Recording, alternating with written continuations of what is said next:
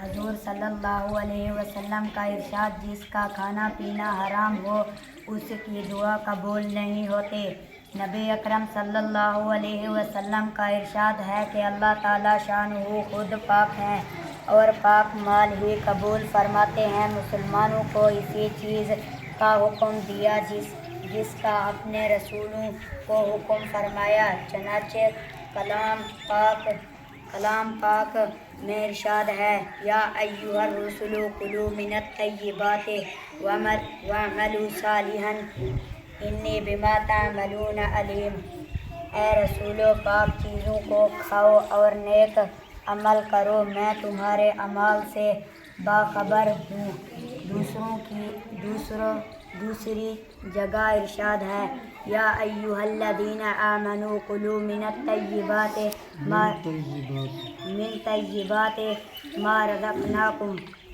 اے ایمان والو، ہمارے دیے ہوئے پاک رزق میں سے کھاؤ۔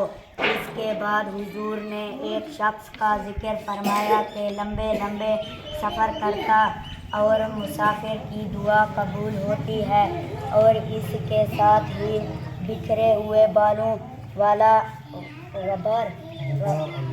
غبار آلود کپڑوں والا یعنی پریشان حال دونوں ہاتھ آسمان کی طرف پھیلا کر کہتا ہے، اے اللہ، اے اللہ، اے اللہ، اے اللہ، لیکن کھانا بھی اس کا حرام ہے، پینا بھی حرام ہے، لباس بھی حرام ہے، ہمیشہ حرام ہی کھایا تو اس کی دعا کہاں قبول ہو سکتی ہے؟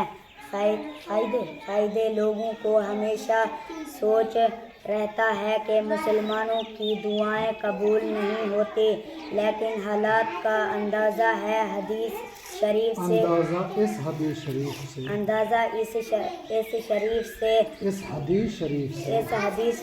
سے کیا جا سکتا ہے۔ اگرچہ اللہ جل شانہ اپنے فضل سے کبھی کافر کی بھی دعا قبول فرما لیتے ہیں، جائے کہ فاسق کی، لیکن متقی کی دعا اصل چیز ہے۔